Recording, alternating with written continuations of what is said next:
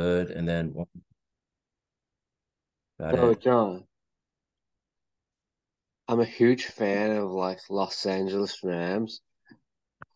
So, for those who didn't know you that much, can you introduce yourself for the audience in Taiwan? Okay, cool. So, my name is John Griffin.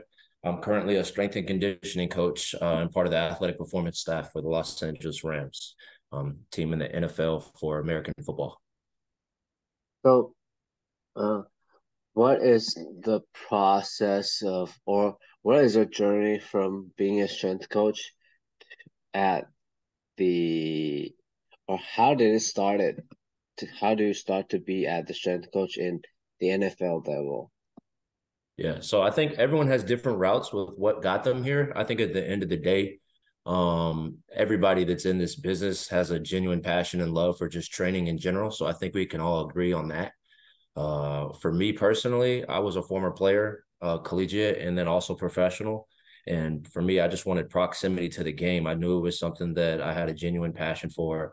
I knew it was something I had a skill set for. So I had a background in training, a passion for the game of football. And I just felt like this was a route that if I went down, I could be successful in doing. And I'm going on my eighth year now. Cool. So, what exactly is being the difference between being an athlete and being a strength and conditioning coach?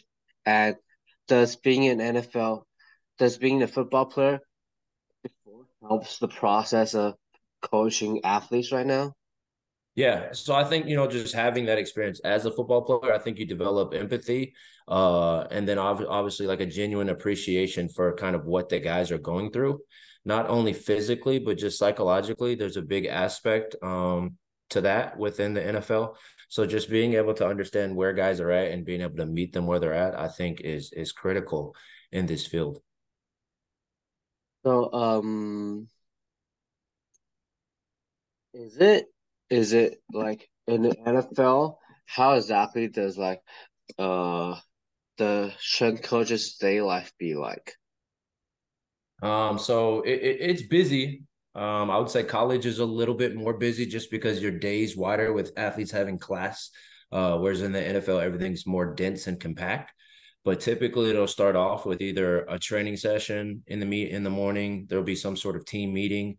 If you have any type of proximity to return to play or injured guys, you're going to be kind of helping out with some rehab processes. And then practice will start. And then post practice, you'll have guys pulling in that either want to do some sort of mobility, some sort of extension of their training, or just working some sort of corrective that's unique to them. And then at the end of the day, that's typically when you'll have your meetings, your paperwork, your computer work, and your prep stuff as far as what's going to occur later in the week and down the line. So, in the pro setting, how exactly do you guys monitor or in NFL, how exactly do you guys monitor athletes' fatigue and athletes' readiness for each individual athlete? How do you profile that large amount of numbers of athletes? That's a great question, and I feel like everybody is trying to perfect that and use it as a secret sauce. I don't know what everyone else does, but for us, it's definitely going to be just a multifactorial approach. One thing that's unique about us is we're just all under one realm. So anywhere from athletic medicine to sports performance to nutrition, we're kind of just one big team. So that way we can kind of cross collaborate and share information. But for us, we'll do jumps, force decks jumps where we're measuring athletes' readiness. We'll have wellness reports where athletes are kind of going on. We'll track VBT within the weight room to see if there's any changes and things of that nature. We have GPS monitors so we can see guys, accelerations versus decelerations and see like that ratio, high speed yards. So it's just like a very big multifactorial approach of putting a lot of data together and then putting the subjective to the objective. Cool. So, did mm, like you guys been to the Super Bowl before? Is Yeah. is it like last year? Am I right? Last year. The year before last, it feels like it was last month. Yeah. Yeah. So we, So we went we went the year before last. cool. Um, so from the off season and going to the in season and then playoff. So, Um, is it like what is the main focus of training during the off season and in season? How would you plan the training? And when it comes to like going to off season or going to the Super Bowl, what's the difference? Yeah, so off season for us, you have this window where it's truly just performance based. So you're trying to just acclimate, adapt, tissue adaptation, build strength, get guys back to a position where they feel good because a lot of guys are coming off injuries at the end of the season. So you're kind of in a mixture of that, and then we'll go to a phase that we call OTAs, organized team activities, where it's kind of a hybrid blend of now you'll start to have a little bit of tactical of football tactical stuff will start to pour in and it'll be a blend with performance. So during that time, we're still kind of trying to chase some gains in terms of adaptations and acclimation. But with that said, being football being the main focal point with a tactical approach. Then they'll go into training camp, and that's where that pendulum kind of really swings over to now it's starting to get real tactical with football specific technique, and practice becomes the main thing. And you kind of get into this phase in performance where it's like, all right, what are the main things that we're going to try to focus on during this time frame? So for us, it's typically like we want to try to continue to gain in strength. We want to make sure that mobility stays a premium. We want to make sure that guys can move, they can bend. We want to make sure that if football is going to represent such a huge aspect of training, that they're practicing the way that supports performance gains. Like, are they practicing fast, or do you have a lot of monotony in your practice rhythm? Then once you get in season, you have basically 17 weeks to kind of undulate and plan. A lot of it is going to be reactive, and let's see how they look game to game and pick our spots that we can try to apply a little bit of stress to get these guys to basically not lose everything they built prior to. And that's the song and dance. That's the figuring out where's the team, where are individuals at in terms of readiness, when can we kind of ramp up our intensity and or volume, and what checkpoints do we have in place to make sure that our team is not getting weaker, getting slower, or just in a position where we're more in a position to get hurt more often. Nice. So, uh, for for like let's say college pair, they're going to the pro college player, they're going to the NFL. There's going to be like a combine. There's like 40-yard dash. There's an L drill and tons of like vertical jump, broad jump. So in off season, like besides like jumping on the force plate, that kind of stuff, do you also do you also prepare these or do you also like test their 40-yard dash, test their vertical jump, this kind of stuff? Yeah, so we'll do general testing with our guys. It won't be a 40, but we'll do a flying 10 to kind of get some sort of touch point on them in terms of like what max velocity is for them. We'll do some sort of acceleration test. We'll do a curvy or linear test. But realistically, once you get to this level, a lot of it is just like movement capacity. So at the end of the day, there's a big subjective component to it. Obviously, you want the objective to support that, but just how are athletes moving? Are they fluid? Do they have the tissue capacity to move? Can they jump? Can they bend? Can they cut? And do they have variability to orchestrate football specific movements while changing speeds? You know what I mean? Like, there's so much of a concern of like going from point A to point B as fast as you humanly can. But when you look at the sport of football and probably a lot of other sports too, there's so much variability in speed when you're running a route. You're almost manipulating speed, making it look like you're going fast and slowing down and speeding back up. So just like who has the capacity to do that, and how are we putting them in positions to continue to work that going into training camp? Nice. Uh, so is there like any certain point in like off season or in season you guys implement like resistance sprinting, or Yes. it's kind of all year round? So that'll be mainly off season, and it'll typically be in earlier blocks. We'll do that obviously just to try to move along that force velocity curve, but also try to govern speeds early on with guys. Typically, guys feel really good when they come into an OTA program just because they haven't played football. So you'll get a lot of really really freakish speeds and athletic movement really fast early on, just because guys feel so good. But a lot of times, if you're not smart in your periodization and planning, guys will kind of just shoot everything out day one, and then they're kind of like rebuild mode moving forward. So we'll implement resisted sprinting early on, just to put an emphasis on acceleration, building strength, and then basically kind of govern speeds early on too. Cool. So, during the in season, do you guys also like train speed? Yeah. So in season, a lot of our speed is going to happen within practice. I think that's the song and dance of you talk about the blend between performance and tactical being our football coach and then performance being our performance staff, of just having a general understanding of like, if today is going to be a high day, what does that need to look like and what does that need to represent? So football has such a big focal point and it such represents so much part of the nucleus in season that it's hard to pair just like speed specific training with that. So if you can kind of do it within football, you're in a better spot. And I know that's not ideal, but for us, it works. So our coaches are awesome in terms of understanding the performance lens of what a practice needs to look like or what they want it to look like. So we'll have high days where we'll tell coaches and coaches will try to get after in terms of achieving a lot of high speed yardage. And then we'll have lower days where we're coming off of that and kind of going back down. And then other days we'll have medium. So we have a really good communication and relationship with our coaching staff. Nice. So, uh, being a for like for NFL football players, it's a little bit different with other kind of sport. Like football has so many different positions, and the Yeah. sport demand in like different position is a lot different. Let's say like basketball or soccer. So how exactly do you like or is it a tough process to like uh program it, profiling it, or like give each individual athlete their training for them? Yeah. So I mean, that's a great question, and honestly, that's the fun in doing what I do or what we do. I think at the end of the day, you kind of have to move in this continuum of okay, one, you have to look at like I'm training a human being, so just general fundamental principles of a human being. Two, training just a general athlete. So what are some things that just an athlete of any sport should be have the capacity to do?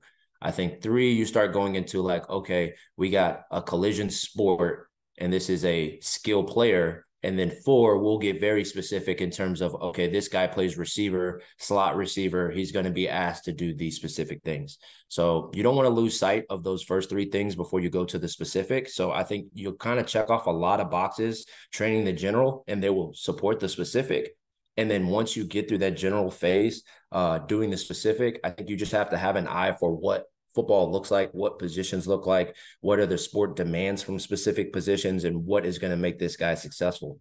The cool thing about the NFL is most of these guys are professionals, so they have a pretty good thumb on what that is for themselves as well. But it is you do kind of have to have a football background to recognize like if I'm training an offensive lineman, what are the sport demands of a left tackle versus a guard versus a center versus a guy that's going to have capacity to play all three, or even a receiver outside versus a receiver inside, or a safety versus a corner. And then basically going within program, making sure you're checking off core principles and philosophies of general programming, and then exposing them to things that sport specific positions that they're going to be in because of the position they play. How many strength coaches are are you working with in the in the Los Angeles Rams right now? So we currently have four. Most teams will operate anywhere between two and I want to say six. So you're going to live somewhere in that range. We have four right now. So it's been going well for us. So Ford's gonna be like operating for all those athletes. There's tons of athletes. Yeah, so the way we'll break it up is we'll break it up by position. So one of us is gonna handle all the big guys, offensive line, defensive line. One of us will take all skill. One will take mids. One of the guys trains quarterbacks, and one is the specialist. Doubles up with the specialist. So it's unique. There's a lot of communication lines that have to occur. Big on frameworks and processes. Big on a general understanding of just like principles across the board. You can get very cute, very exogenous, really fast if you don't have that, and it's a lot of meeting, a lot of understanding, and a lot of just being in the same page of going the same direction. Cool. So, uh, and in the no matter it's in Instagram or it's in YouTube, there's gonna be tons of like video for like let's say wide receiver or like running back squatting super heavy, mainly during the off season, I think. So, are you guys gonna load them that heavy during the in season, or it's mainly the off season thing? And besides like heavy strength training, what do you guys do? Like Saquon has a like really, I think it's I forgot the number, but it's really heavy like power clean. Yeah, I think Nick Chubb does too. Both those guys are freakishly strong. For us, the way that we'll train off season, just my philosophy has always been, I want to make sure that whatever I'm doing and building numbers on and building exposure in, I can revisit and return in season. So for us, sometimes the power clean we'll have a little bit of exposure to us, but it won't be a main performer for performance just because I know that the likelihood of me power cleaning a guy in week 13, 14, or 15 probably won't exist. So therefore, I won't really have a number to compare himself to himself.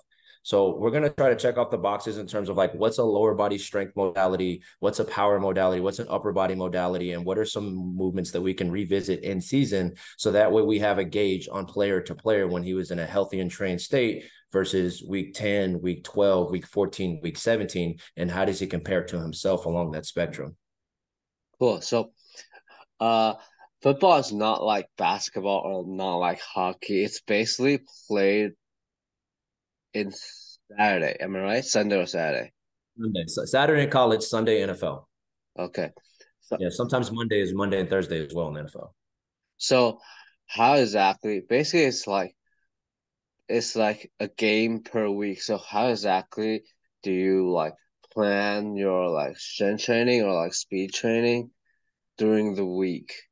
Yeah. So that's a very great question, very unique answer. I think everyone has a different philosophy on it, but for us, like Sunday is the day that we would like to call, for lack of better terms, like all these guys, their bodies are just going to get in car accidents. They're going to have a crap ton of mileage. They're going to do a bunch of high velocity decels. They're going to have collisions. So for us on Monday, when the following day when they come in, the biggest thing for us is get them back moving, achieve some sort of mobility, figure out what's going on with them, and then basically try to get some sort of flush. So for our skill guys, a lot of the stress that occurs in a game for them is going to be more, I would say, yardage on legs, high velocity yards, change of direction, sore knees. So for them, we can kind of sneak in that day being their upper body day just because they don't have a lot of upper collisions.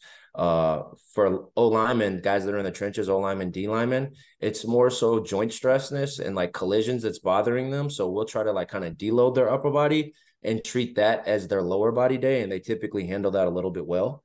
And then later in the week, that'll kind of flip. So we try to get at least 2 lifts in a week. Now, if a guy's feeling really good based off where he's at and what he's done, they have an opportunity Friday morning to get an additional one in, and we'll pretty much look at where they're at from a readiness standpoint, and how much stress or yardage they have on their body accumulated to that point, and either give them a recommendation of like, cool, let's do it, or hey, we think you should just utilize this day for an additional day of rest going into this week. So besides Monday, what are like is it besides Monday, is it Wednesday or Thursday you're gonna put in the other weightlifting day? Yeah, so for us, it's on Wednesday. So they'll go Monday. The athletes in the NFL have Tuesday off. It'll be a mandatory day off, and then Wednesday they'll come in, and that'll pretty much be our second lift of the week. They'll go to meetings. They'll have their first practice of the week, and then we like to use that lift as well as kind of like an additional primer for their first practice because they'll lift before they practice. So like, how can we continue to basically push these guys back to a state of homeostasis? Like get them back moving, get them back bending, get them back rotating, knowing that Wednesday will represent their first practice of the week. So what can we do to put them in position to have a successful practice, all the while continuing to chase performance gains? No, so uh do you guys like do the jump test every week or Yeah, so we'll do it every week on Wednesday. We know with that, like the more data points you have, the more accurate the data is going, the information is going to give you. The biggest thing with us is obviously compliance. Monday's a tough compliance day just because some guys aren't feeling great. So if they don't want to jump, we just won't get data on them. Typically Wednesday we can get a lot more buy-in. So as long as we kind of stay on the same day throughout the season, we feel pretty good about the reliability of our data. But we'll jump the whole team every Wednesday, and guys are used to doing it and they understand the why we're doing it, and it gives us some pretty good feedback. Nice. So, um, as as as a strength coach in the NFL, is there like any? Because I know that there's gonna be guys that have like their like their personal trainer. Yeah. So how do like train like coaches in the pro setting like work this out? Yeah. So I mean, that's a tough one. I think at the end of the day, like we all have the common goal of like making sure that athlete is successful. So as long as that's occurring, like you want to remove ego completely. So if you have a guy that comes in and says, "Hey, I've been in the NFL for 8 years. I've been highly successful. This is my process. This is my rhythm." I think you want to try to invite that as much as possible and say, like, how does it fit within the frameworks of what we do? You know what I mean? Like, kind of coming to a common ground. I think the biggest thing in the NFL is the guys have so much freedom. Like college, there's kind of like whatever you tell them to do, they kind of got to do. In the NFL, they kind of have so much freedom. So there's a huge precedence on building relationships with these guys, building trust with these guys, and having an educational background of like being able to educate them on what they're doing and why it's beneficial for sports performance and them playing. So if you can successfully do that, which is part of being a good coach, I feel like a lot of times you can get guys to want to train with you. Now that's not always the case, but it is a happy mixture of give and take. And at the end of the day, understanding that the number one goal is the athlete performing on Sundays.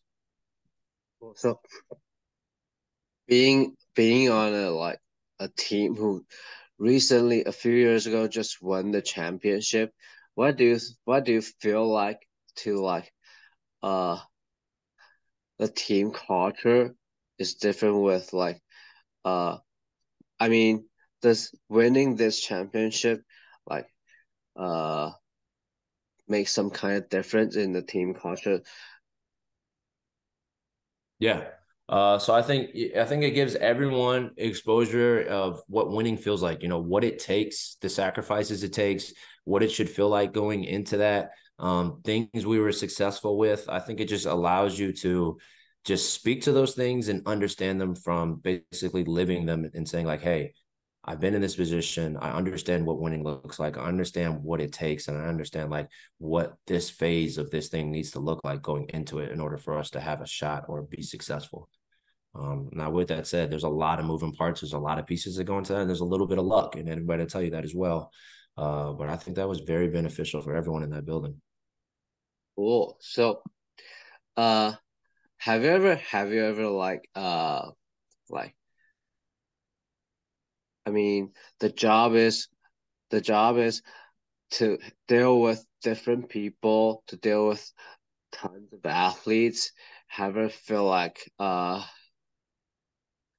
tired or like because the process is so long? Yeah, I mean, I think at the end of the day, that's a little bit about the profession you choose. I don't feel like I'm at work. I work long hours, but honestly, I'm passionate about it. I love it. Like I feel weird when I'm not at work, to be honest with you. So for me, I mean, I could see how someone doing something they weren't passionate about, this would definitely tire them out, and you'd hit fatigue. It's natural, but for me, man, I love what I do. I enjoy being around the athletes. I enjoy building frameworks. I enjoy the process. And ultimately, that's why I got into this thing. Cool.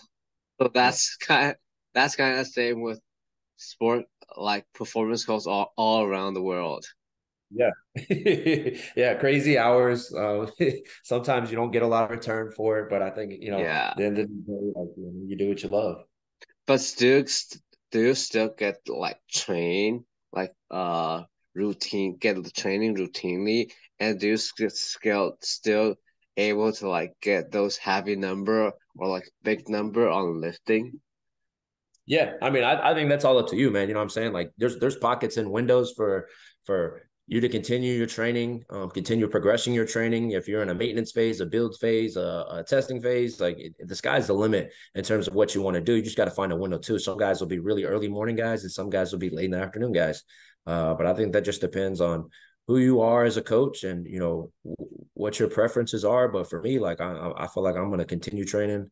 I love it, man. It's part of what I got into this, and just being able to feel the stress and understand kind of what the athletes are going through, I think gives me an edge. So do you sometimes compete with your athlete?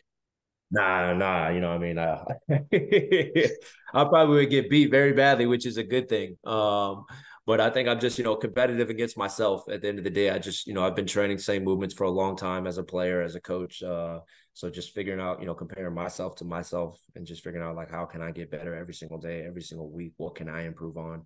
And at the end of the day, too, just using myself too to experiment some stuff. You know what I mean? I went down, this guy named Alex Natera had an ISO course that I was super interested about. He invited me to come check it out. I took his course. It was awesome. I learned a ton. And, before implementing that on a global scale, like how can I try this with myself? How can I try this with some other coaches? How can I try this with a small population group of people in a beta phase? And ultimately, how can we scale this across 50 to 70 athletes? Nice. So, uh, when I first get to train like athletes, there's a basketball athlete, and I was at the beginning, I was like, I they never taught to do like power cleans, and Yeah. I just show them how to do power cleans. So there's competition going on, and I was thinking I'm just gonna win this. I'm gonna win this. At the end, I was like, win it after all, and have a huge win. I'm like, what? That's a It's tough one, man. You crazy. gotta, I mean, some of these athletes are freakishly athletic, and it only takes them a couple times. And I mean, you be careful who you compete with, man. Yeah, yeah.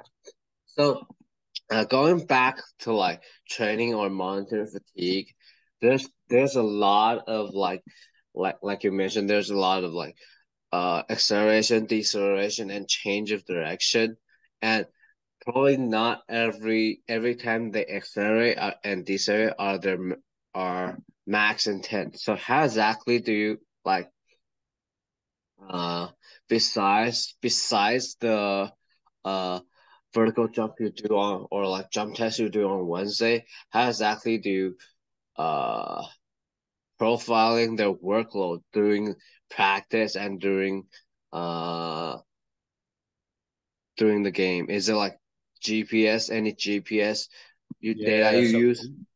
yeah, so we'll use GPS here. We have Zebra in house. I've used Catapult in college before, but I think then they were kind of all looking at the same thing. Catapult will use a metric called player load, and then Zebra will kind of dive in a little bit deeper. But I think you can break up the D cells and the A cells into specific velocity bands to have high, medium, and low A cells and D cells. But I think just putting together a framework of whatever in house internally as a club you feel like you want to look at to give you indication of a team's performance readiness or fatigue is figuring out what process works, what can we get clean data on, what is repeatable, and what can we go back and review to say, hey, did this tell us what we wanted it to tell us, or was this complete garbage? So for us, we have our specific framework. We have years of data. Luckily, before I was here, these guys were using this a long time before I was here. So we have, 8, 9, 10 years of data with specific metrics that we feel like are very key in pointing towards fatigue. So we'll monitor that in conjunction with weight room performance, readiness scores, jump testing, wellness, and kind of build at the end of the week kind of a big block of, hey, this is where we feel like this guy is, this is where we feel like this position is, and this is where we feel like this side of the ball is, and this is where we feel like the team is.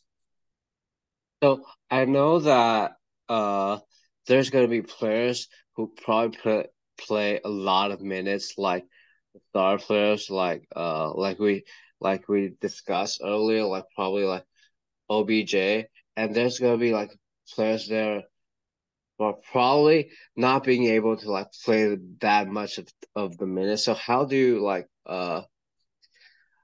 is the two players are their training gonna be different and for like maintaining their overall fitness, do do you guys do like small sided game or like anything else to like just expose them to some sort of like energy system, that kind of stuff. Yep. Yep. So I think at the end of the day, like you have to look at like, all right, what is your process?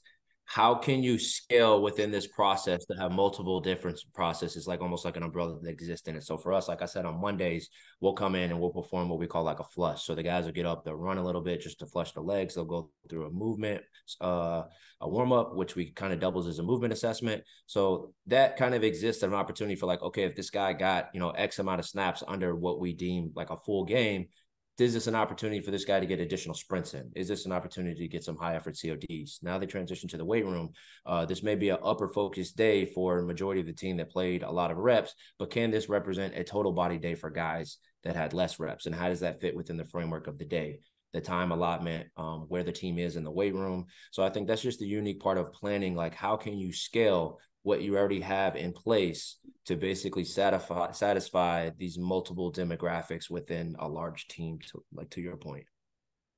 So, kind of want to ask a little bit more about this. So for those uh players who didn't get to play that much, or like even if it's in one game or two game, um, do so what exactly do you like put it besides like extra sprint or that kind of stuff? Yeah. Or overall the team do train like energy system? Yeah, I mean, I think at the end of the day, everything you're going to do is going to be an expression of some sort of energy system, regardless of where you're at and what you're emphasizing. For those guys, we're looking at three things in the weight room. Like you're looking at intensity, you're looking at volume, and you're looking at frequency. So how can you manipulate these things to either apply or take off for every single guy individualistically or as a group? So a good way and effective way for us to kind of scale this is like for guys that got less reps, can we have more volume? So we may be doing doubles on a lower body strength movement. So instead of 6 total reps, 3 sets of 2, maybe these guys will do 4 or 5 sets of 2. So they have 10 total reps. When we transition to the unilateral pattern, it may be like 2 sets of triples. For those guys, it may be 3 or 4. We're looking at like weekly yardages for these guys. If we're hoping the guy gets anywhere from 400 to 500 high speed yards as a skill athlete, and this guy didn't play much in a game, that's a big chunk of those weekly yards that he's missing. So how can we implement sprints on a Monday post game to try to satisfy that weekly tonnage of yardage? I'm sorry. So pretty much it's just kind of a song and dance of figuring out like where can I add either intensity, volume, or frequency. Some of those guys may utilize that additional day in the week. But I think it's a case by case basis of figuring out what's the best case, what's the best situation for this athlete. And I think at the end of the day, it's going to be different depending, because one guy may not get a lot of snaps in the game just because of the opponent we were playing, but looking forward, knowing he's going to have a big role moving forward. So maybe you don't load him with a ton of tonnage. He kind of just had a deload week, knowing that he's going to get a lot of reps next week. Whereas one guy may not get a lot of reps because he's a younger player, and that's the foreseeable outlook for the next couple of weeks. So maybe you have more room to kind of apply more stress to this athlete. So, being a performance coach at the pro setting is a very busy, very very busy process. So how exactly do you like at the same time probably learn some new stuff and like keep up with the world? Yeah, man, stay on top of your stuff, man. I think it's conversations like the ones me and you having right now. You know what I mean? You added me on social media. I scrolled through your page. I watched Bo talk, watched a lot of guys talk on your page, just kind of picking some of that stuff and figuring out what are your pockets to go down these avenues and kind of expand and professionally develop. So obviously at nighttime before you go to bed, like I'm going to try to read something. I'm going to try to read anywhere from like 10 to 15 pages of either a study, article, or book.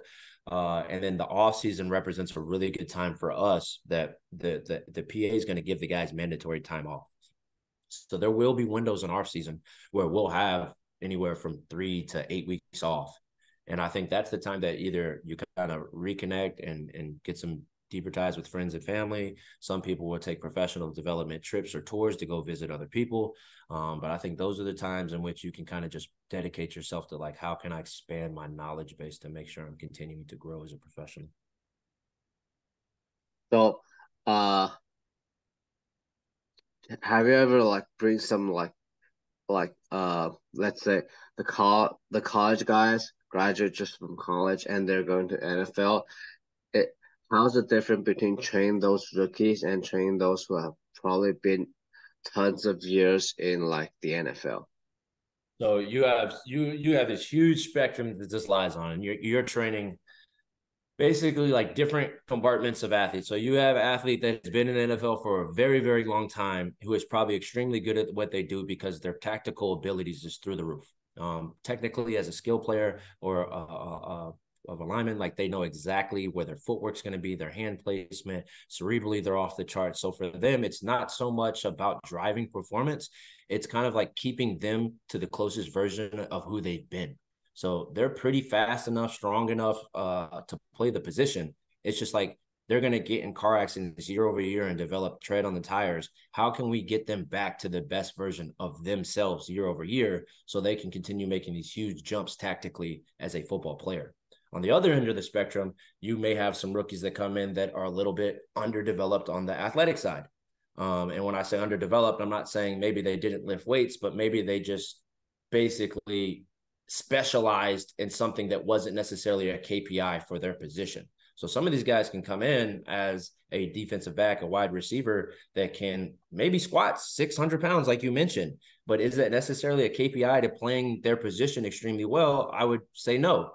Once you develop a requisite level of strength, let's move to some other things, some rotational capacities, unilateral stability. Like maybe we have some asymmetries we may need to address. Can you undulate between speeds? Can you only go 0 to 100 miles per hour? Or can you vary in terms of your ability to decel, acel, reaccelerate, and then sprint? So we're kind of developing these guys still. So it kind of just exists on this spectrum of guys that have been in the NFL for a long time versus guys just entering the NFL. Nice. So, Yeah. I hope that uh, wasn't just too complicated answer. no worries, no worries. So, this is the last question I have for you today. I'm sorry, I'm gonna ask you the last question for you today, and it's the main reason I reach out to you. Um, I personally train like rugby player, and as you mentioned, these are like mainly collision based sports. So how do you prepare athlete for like these kind of like hit? Like you mentioned, there's probably gonna be like they just suffer a car accident. So how do you Yeah. prepare that? And some detail about like after the game, after those collision, how do you like help them recover it from it? Yeah. So in preparation for that, I think it's position specific, and I don't understand the depths of rugby completely, but I know there are different positions and different body types. So there are going to be positions that experience more collisions than others, probably more frequently. So I think at the end of the day, got to identify what is the position and what is said task. Is there a requisite amount of what we would like to call armor that this athlete's going to need to possess just because of the sport they play? If so, then there probably needs to be some sort of more hypertrophy that exists within his program. Is it going to be a lot of upper body collisions? Like, does he make contact with shoulders a lot? Okay, there needs to be a focus on shoulder health. Scapular movement needs to be a premium. Does he have a certain type of girth up top to support what he's being asked to do as an athlete? And then moving forward to answer your second question, like once they go through these collisions, how can you put them in a position to best be basically turned over to do it again next week? I think at the end of the day, that's making sure they're moving one, two, identifying and assessing what's going on with them, figuring out like at its core, is this a joint issue? Is this a muscular fatigue issue?